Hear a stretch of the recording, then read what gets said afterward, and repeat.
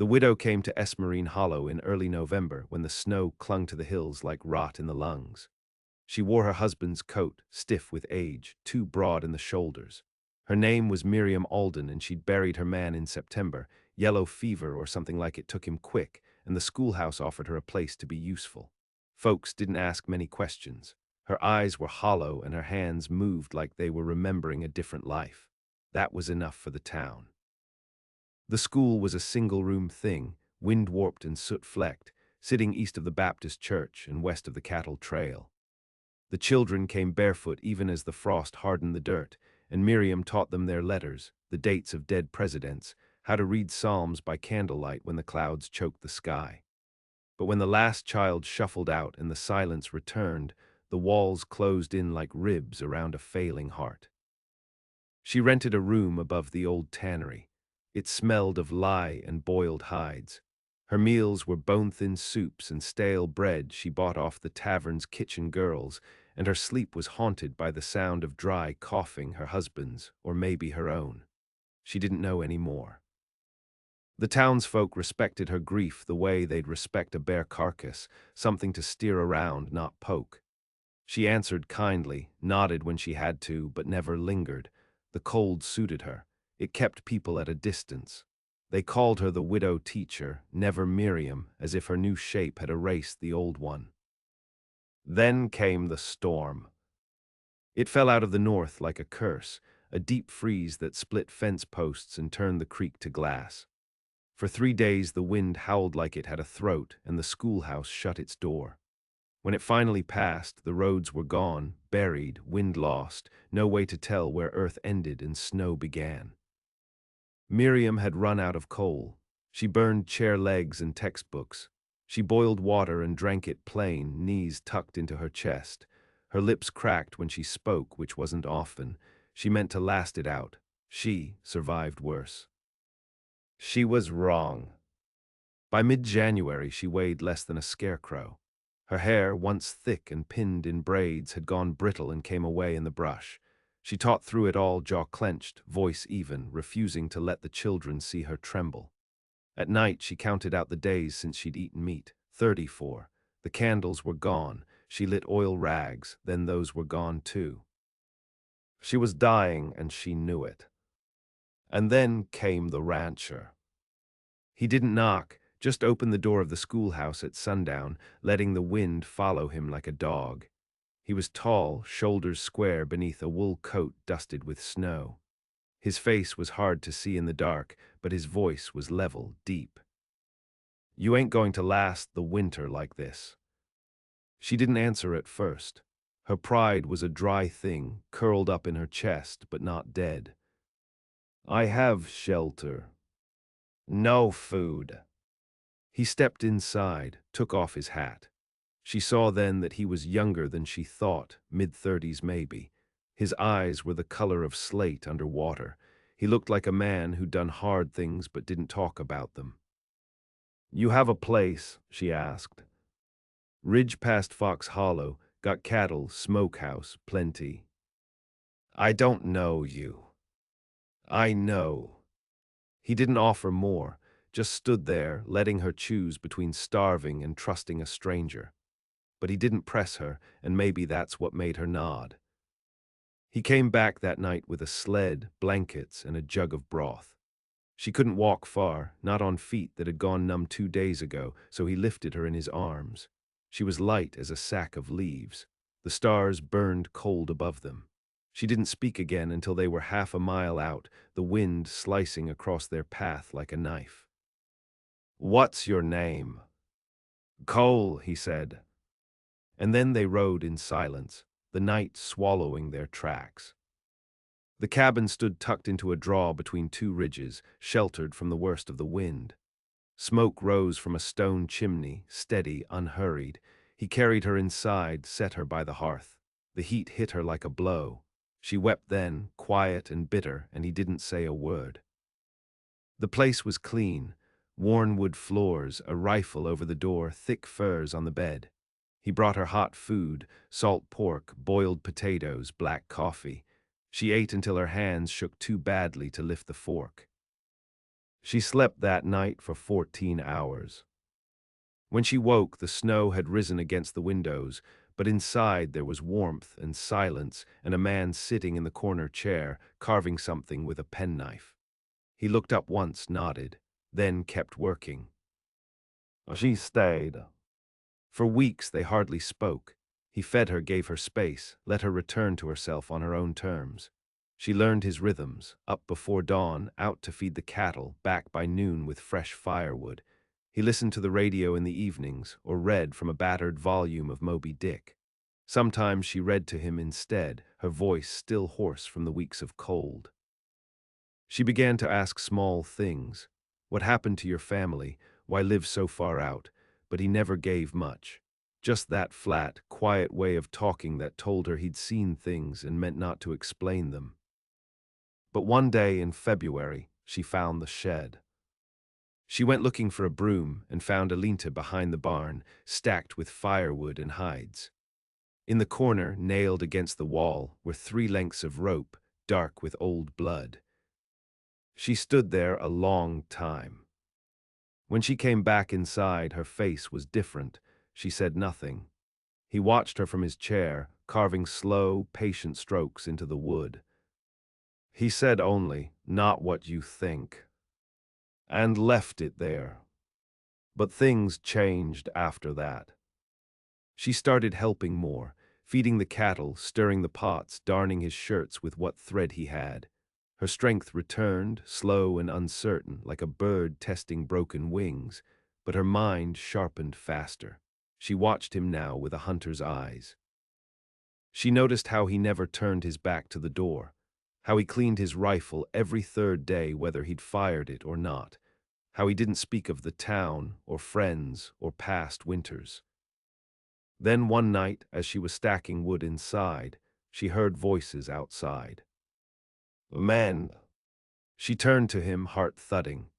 He stood slowly, picked up the rifle, and looked at her with that calm, unreadable gaze. "Stay here." He went out, the door shut behind him. She didn't stay. She cracked the door open just enough. There were 3 of them, one on a chestnut horse, the others on foot, rough coats, rougher faces. One had a scar down his cheek. They didn't smile. "You owe us," the horseman said. Cole stood with his rifle low but ready. "No." The man spat. "That's not how it works. We kept quiet. You owe us for that." Cole didn't move. "You think hiding out here makes you clean. We know what you did." Silence. "Next time we come, we bring more." They rode off. Cole came back inside. She was by the fire, eyes on him. "You killed someone," she said. "Yes." "Why?" He looked at her then, really looked. His voice was a whisper of gravel. "They hurt someone I loved." She stared at him, her hands trembled.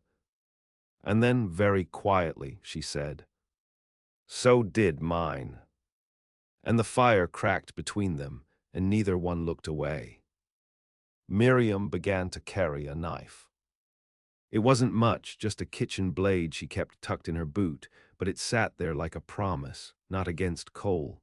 She no longer feared him, not in the way that mattered, but something about that night, the way the men had spoken, the quiet threat beneath their voices, it awakened a raw instinct in her.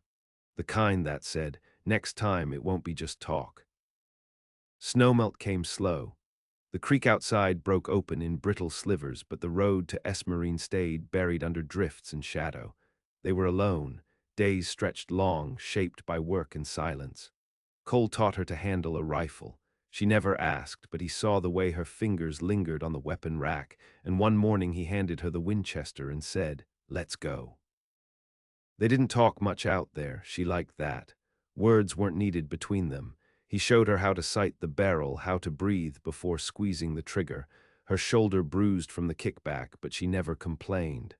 When she finally hit the tin can he'd propped on the fence post, he gave a quiet nod. That was enough.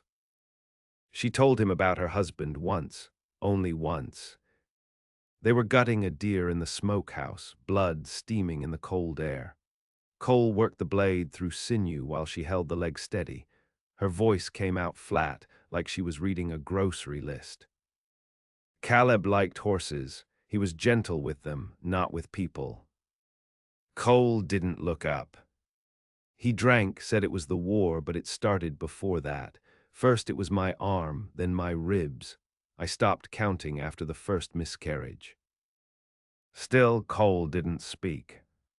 She set the leg down and wiped her hands. When the fever took him, I sat beside the bed. He begged, said he was sorry. Said he saw fire under his skin. I didn't move. Cole finished the cut. Good. That was the end of it. In March, she found the ledger. It was buried in the bottom of a wooden trunk under spare boots and old shirts. The name on the cover read D. Carmichael, Black Rock Ranch. She wouldn't have thought much of it, except Cole's last name was Holt. She opened it.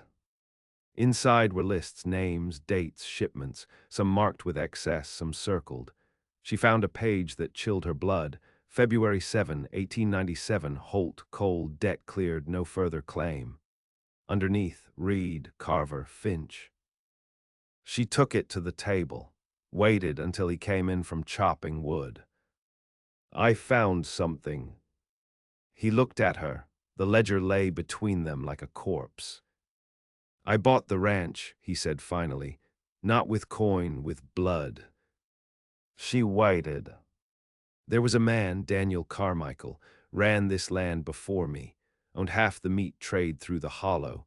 My brother worked for him. They worked him to the bone. When he refused to run stolen cattle over the ridgeline, they beat him and left him for the coyotes. What happened?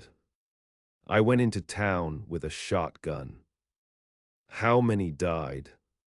He met her eyes, 3. She didn't look away, just said, "You left the bodies somewhere no one would ask questions." He nodded. She closed the book. Her voice was thin as the wind under the door. Good. Spring came like an apology. The trees greened, the mud thickened, and with the thaw came the certainty that the men from winter hadn't forgotten. One morning, Cole returned from the South Trail with a look she hadn't seen before. Not fear, something worse, calculation. They've been watching, he said. She didn't ask who. I found boot tracks behind the east ridge. Fresh, they're waiting for the road to open. She stood at the window, arms folded. I won't leave. He didn't ask her to. They prepared. She made traps from wire and bone. He dug firing trenches under the porch. She cataloged every round of ammunition, packed rations, boiled strips of deer hide into jerky. It was a strange thing, readying to kill men she hadn't met, for a man she barely knew, in a home that still smelled like someone else's life. But it felt honest. More honest than all the Sunday mornings she'd spent pretending her bruises were cooking burns. He gave her his revolver, a .36 Navy Colt with a polished handle. 6 shots, he said, don't miss. That night she sat on the porch, watching the stars frost over the sky. He came out with a blanket and a flask. They'll come soon. She nodded, then we end it. He looked sideways at her, as if seeing her not just as she was, but as she might become. You ever kill a man? No, but I've imagined it. She drank from the flask. Whiskey burned down her throat like fire through dry grass. If I die, she said, don't bury me in town. Burn me here on the ridge. He nodded, me too. The attack came on the last day of March. They came at dawn, 4 men, rifles, faces wrapped in scarves. They approached from the north tree line, hoping to catch him off guard. But Miriam was already crouched behind the shed with the Colt, and Cole had a rifle in the upper window. The first shot split the morning open. Miriam fired second. The man nearest her staggered, fell, screamed once. Gunfire tore through the trees. Cole's rifle cracked again, and one of them dropped behind a stump, clutching his leg. They returned fire.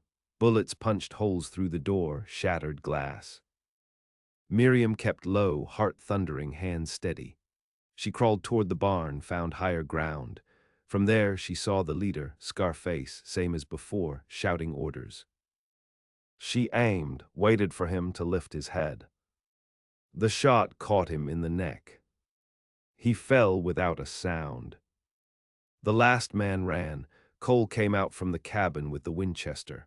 Miriam stood beside him. They watched the man disappear into the brush, limping. "You want him alive?" she asked. "No." She handed him the rifle. Cole raised it, fired once. Silence returned. They buried the bodies on the far ridge. She did not say words over them. He did not either. By the time the first blooms appeared on the juniper trees, the cabin had a new stillness to it. Not the silence of strangers, something else. A hush that follows thunder. One morning in April, Miriam woke before dawn. Cole was already gone, out feeding the cattle. She made coffee, watched the light rise. The ledger still sat on the shelf, untouched since winter. She didn't need to open it again. The past was there, but it no longer shaped her. She was no longer starving, not just for food, but for worth, for fire, for blood that moved through her without fear. And she had no intention of returning to the life she'd left. When Cole came back, she was waiting by the door, coat on. "I want to stay," she said. He didn't speak. "I can teach again. Here, you've got space, maybe 2 rooms. There's families in the valley. They'll send their children if I ask." He nodded once. And that was all the promise either of them needed. The schoolhouse took shape in May. Cole built it from pine and sweat. Miriam measured out the room with chalk and string, paced its length like a preacher measuring a sermon. The boards were rough cut and crooked, but they held. She ordered slates and books from the city by way of a trader who passed through every second Thursday. The man looked at her too long, eyes drifting to the revolver on her hip, then tipped his hat and asked no questions. Children came on the first Monday of June. 7 of them, all under 11, dirt-streaked faces and wide eyes. They brought baskets with biscuits and boiled eggs, scribbled letters in crooked hands. She greeted each by name. Even those whose names she hadn't known, she made hers by saying them aloud. Cole stayed away that day. He worked the southern fence line, checking traps, mending boards. But that evening, when she sat on the porch with her ledger, tallying supplies, he brought her coffee and a tin of sugar. "You spoke well to them," he said. She didn't smile, but she touched his hand when she took the cup. It was enough. The peace held for most of the summer. By July, the garden was sprouting squash and the smokehouse full again. Miriam made preserves. She stitched curtains from an old sheet and hung them in the schoolhouse. When the children asked about the scars on her wrists, she said only, "They remind me to keep going." When they asked why she didn't go to church in Esarine, she told them, "God and I are still working things out." But trouble has a long memory. Late August brought a letter, folded into a dirty envelope dropped by a ranch hand passing through. Cole opened it, read it once, then handed it to her. "You were seen. Carmichael had brothers. They've been asking. Best to leave." No signature, just the weight of it, carried all the way from Black Rock. Miriam read it again, folded it neatly. "I'm not running." Cole met her eyes. "Neither am I." That night she unlocked the trunk beneath the bed and took out the rifle he'd given her. Cleaned it by lamplight, sharpened the skinning knife. Packed a saddlebag with matches, gauze, a pouch of bullets. She didn't say why, neither did he.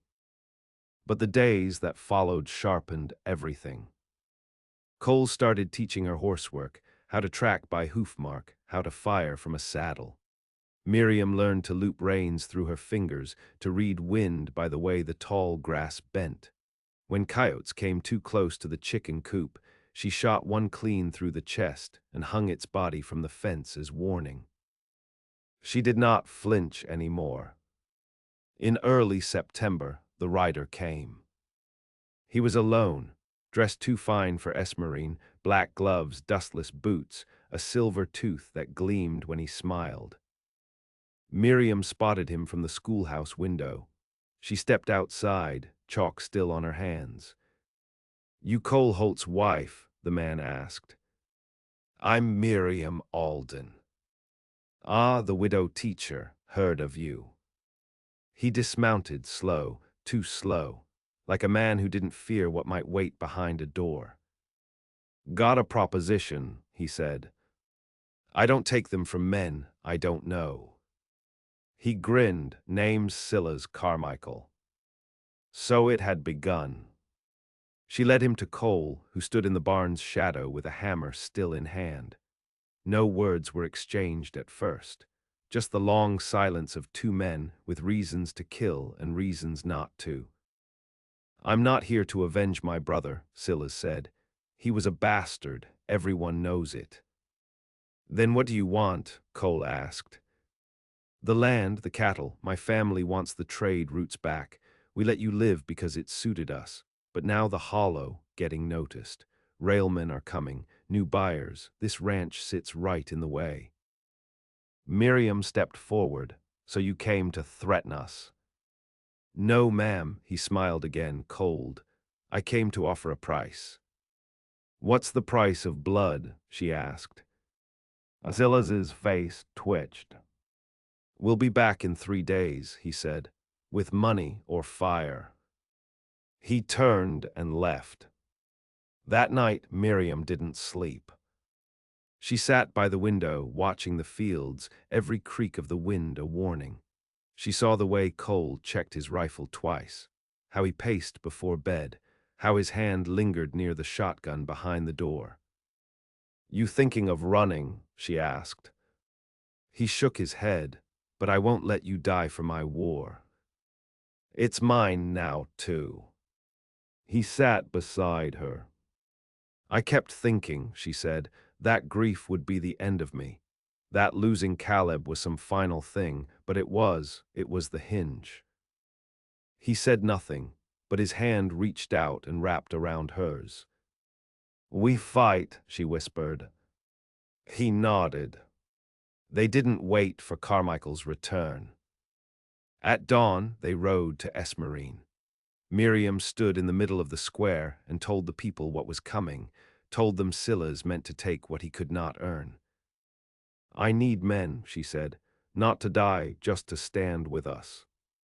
Some laughed, some shook their heads, but one, then two, then 5 raised their hands.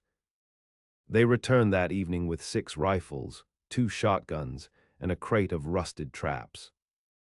Miriam turned the schoolhouse into a barracks. She rolled maps across the table, plotted lines through the hollows and hills. She gave orders in a voice that brooked no argument, and they followed. The widow was no longer quiet. 3 nights before the Carmichaels were due, Cole found her by the creek. "I've killed before," he said, "but not like this, not with people standing behind me." She turned to him. "I was starving when you found me, you fed me, but this, what we're building, it feeds more than me now." He reached into his coat, pulled out a ring. It wasn't much, a band of old brass, rough around the edges. "I don't have a church or a preacher. I don't need either." She held out her hand. He placed the ring on her finger, and the night air shivered around them.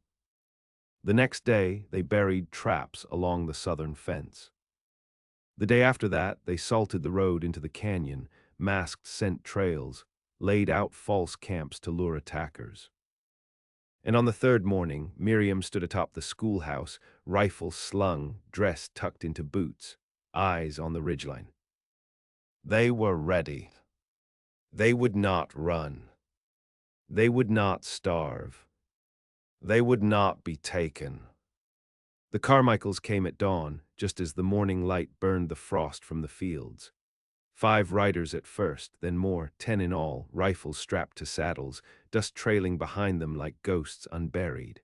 They did not ride in silence.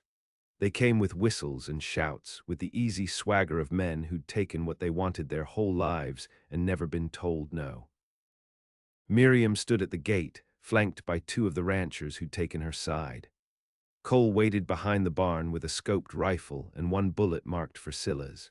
The others, Calder, Webb, young Josie Barnes with her brother's shotgun, hid along the fence line, hearts drumming like war calls. Silla's dismounted before the porch. "Last chance," he said. Miriam stepped forward. Her dress was dark and plain, her hair bound in a knot tight against her head. She looked like a schoolteacher. She looked like a widow. She looked like something that could not be moved. "You made your offer," she said. "We decline." He smiled at that. "You got iron, I'll give you that." "You'll get more than iron," she said. "You'll get fire." He turned to his men. "Burn it." But the match never lit. Cole's rifle cracked once. The man with the torch dropped, blood blooming across his chest. The second fell to Josie's shotgun. Webb opened fire from the coop roof, cutting down a third as he reached for his revolver. Then came the chaos. The Carmichaels scattered, some retreating, some charging. Miriam dropped behind the trough, laid the barrel of her rifle across the wood, and waited. One rider came too close. She shot him through the knee, watched him fall into the mud and scream. She did not blink. A bullet tore past her ear, kicked dirt into her eyes. She rolled to the left, reloaded, rose to one knee, and fired again. The men from Esarine held the line. Calder caught a bullet to the thigh but kept shooting. Josie screamed when her shotgun jammed, then clubbed a rider from his horse and took his pistol before he could rise. It lasted less than 20 minutes. Then it was quiet. 7 Carmichaels lay dead. 2 crawled into the woods. Silla's knelt in the center of the yard, his hands raised, blood seeping from a wound in his shoulder. Miriam walked to him, revolver drawn. "You won," he said, "so go on, finish it." She didn't. Instead, she looked to Cole. He shook his head. "It's yours." So she knelt, close enough to smell the sweat and copper on his breath. "You remember a woman named Ruth?" Silla's blinked. "No." "She was a farmer's wife near Black Rock. You and your brothers stole her cattle, beat her son. She died that winter." He shrugged. "Could have been anyone." She stood. "You're right, it could have." And then she shot him in the chest, once. He fell face first into the dirt. They dug graves until dusk. No prayers, no headstones. Just dirt and silence. The others left by nightfall. Miriam and Cole remained. The wind had changed. A storm rolled in from the north, but this one did not carry death. It carried the smell of wet grass and pine. Miriam sat on the porch, boots muddy, dress torn. Cole brought her whiskey. "Will they come again?" she asked. "Maybe. Then we'll be ready." The town changed after that. Esarine whispered her name like a hymn, like a warning. Children now came from 3 valleys over to learn under her roof. Parents rode twice a week to trade eggs and cloth for her lessons. One of the women, Annie Dorsey, a blacksmith's wife, brought Miriam a basket with honey, a spool of silk, and a question in her eyes. "How do I do what you did?" she asked, "if men come for me?" Miriam did not soften her voice. "You do not ask them to stop, you make them." By October, the Hollow had forgotten the Carmichaels. But Miriam had not. She walked the ridgeline each week, checking for tracks, eyes sharp. Cole built another shed near the schoolhouse where she kept weapons and rations and books she didn't lend to just anyone. She started teaching girls how to shoot after lessons. She made no apologies for it. Once a preacher came from the capital, asked to speak at the school. She said no. He left angry. She did not watch him go. "Do you hate God?" Cole asked that night, not accusing, just curious. "No," she said. "I just stopped asking him for anything." One night the wind howled again. She woke cold, blanket twisted, heart tight. But it was only the wind. Cole stirred beside her. His hand reached across the bed, found hers. "You still carry it?" he asked. "The fear." He nodded. "Yes," she said, "but it's mine now. It answers to me." And that was the truth. The first snow fell in November. Children threw snowballs in the yard. Cole carved a new door for the schoolhouse. Miriam taught multiplication and Greek myths and how to boil water when the power fails. She watched them grow. And she grew too. Not into something softer. Into something stronger. She still carried the knife in her boot, still kept bullets marked with names she hadn't said aloud, still watched the horizon like it might bleed. But she was not starving. She was full with memory, with steel, with fire. And when spring came again, and the road cleared, and strangers passed through the hollow with questions on their tongues and rifles at their sides, they would look at her porch, at the flagstone path and the long shadows behind the windows, and they would not knock. Because some stories guard themselves. And this one had sharp teeth. The third winter tested them harder than the first. It came down sudden, an ice storm, not snow, sheeting the trees in glass, turning the land brittle and mean. The wind screamed through the hollows and flayed the bark off pines.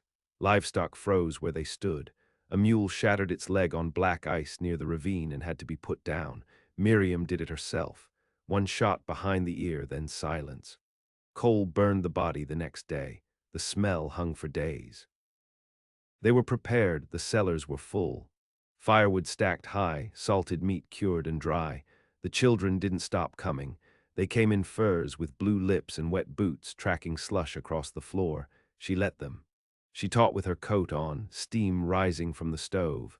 She made them copy the Gettysburg Address and recite it through chattering teeth. "We live through it," she said, "because not living isn't a choice." That winter, a girl named Clara took sick. Fever took her lungs, her words. Her father begged Miriam to help. She rode through sleet at midnight, 2 miles uphill, with hot bricks wrapped in cloth and a flask of root tincture. She sat by the girl's bed until dawn, wiping sweat, forcing spoonfuls of broth between cracked lips.